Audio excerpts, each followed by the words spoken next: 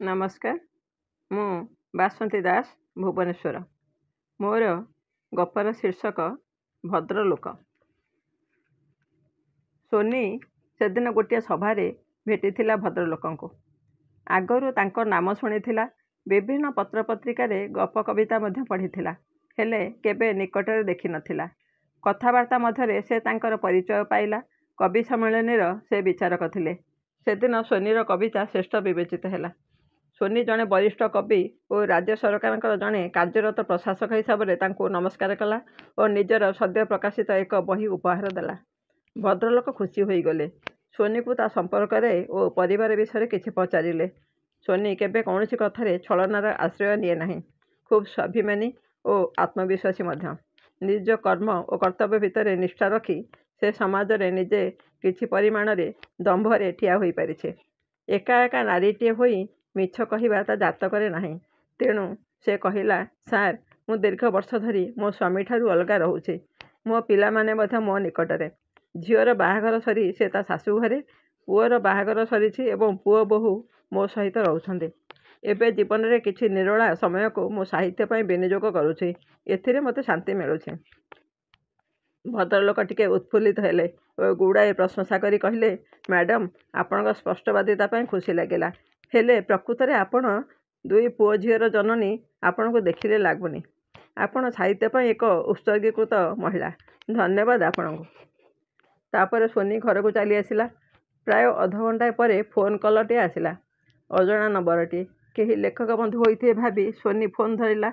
सेपटू अजणा स्वर। भद्र व्यक्ति जनक सेई महाशय। तांकर अभियोग सोनी तांको देखा करी आसिला नहीं। से अपेक्षा करथिले।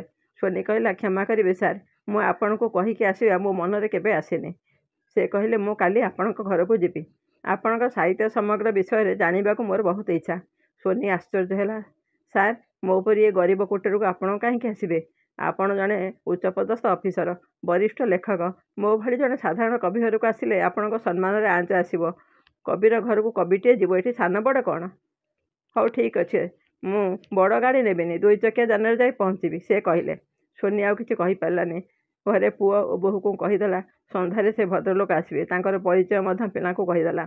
ठीक संध्या 7टारे निज दुई चकिया गाड़ी रे आसी पहुँचिले भद्रलोक। पुओ बोहू नमस्कार कले। परे बोहू को चा बिस्कुट आनिबा को कहिला सोनी। भद्रलोक कहले, किछि दरकार नाही, केवल कपे चा आणंतु। बोहू चा देला परे से किछि समय सोनी सह लेखालेखी और केते बही प्रभृति होइछि पचारिले। तापरे निजे जड़े बड़ साहित्यिक, अनेक पत्र पत्रिका संपादक तांको दयारु निज निज पत्रिका चलाई रखिछन्ति बोली कहिले। कारण तांको सबु विज्ञापन यांको जोगे मिले हेइथिबो। सोनी भाबिला, जेहेतु जड़े प्रशासनिक अधिकारी जहाको सुपारिश करुथिबे से निश्चय देउथिबो। से आसिला बेलु किंतु सोनी लक्ष्य करुथिला। पूर्व दिन घर को आसिबा को भद्रलोक जतिके आग्रही थिले, घर को आसिला परे सेते खुशी जणा पडु नाहांती। सोनी किछि अनुमान कला, किछि करि पारिला नाही। जा हेउ किछि दिन पर से जीवा को बाहरले। सोनी निजर प्रकाशित किछि बही उपहार देला। से किछि बही नेले नाही एवं कहिले, मु एई प्रथम आसिली, आपणक घर को मध्य खाली हाथ रे आसीछि। तेणु आउ थरे आसिले बही सब नेबी। आपण मन दुख करंतु नाही। सोनी मध्य बाध्य करि पारिला नाही। से विदाय नै चली गले। तापरे सोनी फोन करथिला। प्रथमे फोन धरिले नाही।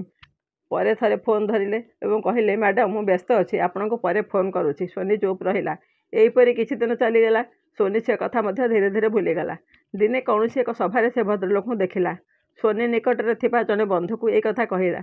भद्रलोक गोटे थर देखारे हठात घर को आसिले एवं घर को आसीगला परे एमिति दूरत्व रखिले काहींकी?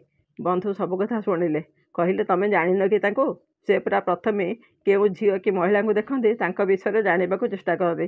जदि से एका घरे रहुथाए तो ता सह मधुर कथा कही अति निजर भाव देखाई निकटतर हुअन्ति। परे ताको किछि साहाय्य करियार प्रतिश्रुति देई निजर परी होई भूल संपर्क रखते। परे से संपर्क को लेकिन ताको ब्लैकमेल करते। अनेक महिला को से नष्ट करिसेंति। सोनी स्तब्ध होई सब शुणुथिला एवं भाबुथिला, प्रथमे भद्रलोक काहे ता घर को जीवाको व्यग्र होई उठिले, आउ थरे जाई घर परिवेश देखिला परे काहे दूरे ही रहिले। धन्य रे भद्रलोक, तुम ऊपरे केते भद्र, तुम भितरे केते रंद्र। धन्यवाद।